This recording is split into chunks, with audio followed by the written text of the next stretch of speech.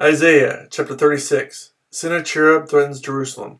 In the 14th year of King Hezekiah's reign, Sennacherib, king of Assyria, attacked all the fortified cities of Judah and captured them. Then the king of Assyria sent his field commander with a large army from Lachish to King Hezekiah at Jerusalem. When the commander stopped at the aqueduct of the upper pool on the road to the washerman's field, Eliakim, son of Hilkiah, the palace administrator, Shebna, the secretary, and Joah, son of Asaph, the recorder, went out to him. The field commander said to them, "Tell Hezekiah, this is what the great king, the king of Assyria, says. On what are you basing this confidence of yours? You say you have strategy and military strength, but you speak only empty words. On whom are you depending, that you rebel against me? Look now, you are depending on Egypt, that splintered reed of a staff, which pierces a man's hand and wounds him if he leans on it. Such is Pharaoh, king of Egypt, to all who depend on him.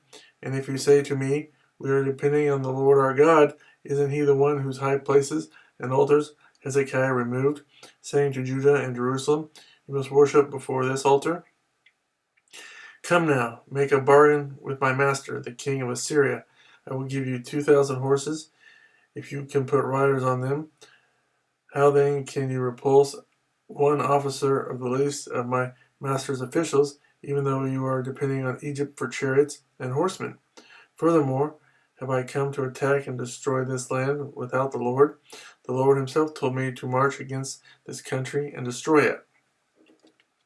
Then Eliakim, Shebna, and Joah said to the field commander, "Please speak to your servants in Aramaic, since we understand it. Don't speak to us in Hebrew, in the hearing of the people on the wall."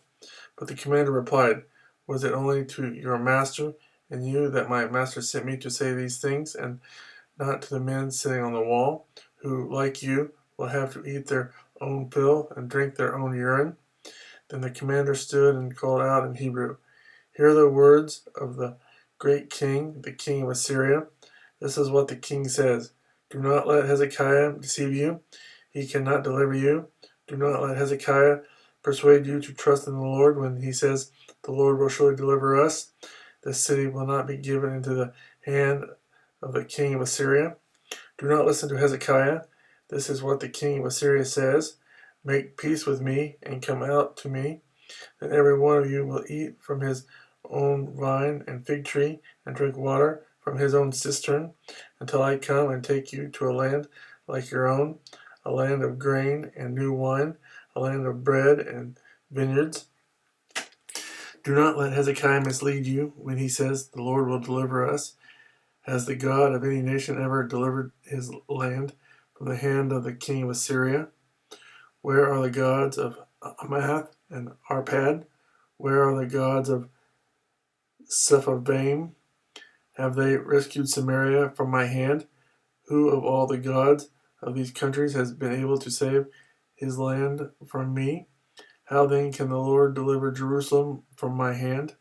But the people remained silent and said nothing in reply, because the king had commanded, "Do not answer him." Then Eliakim, son of Hilkiah, the palace administrator, Shebna, the secretary, and Joah, son of Asaph, the recorder, went to Hezekiah with their clothes torn and told him what the field commander had said.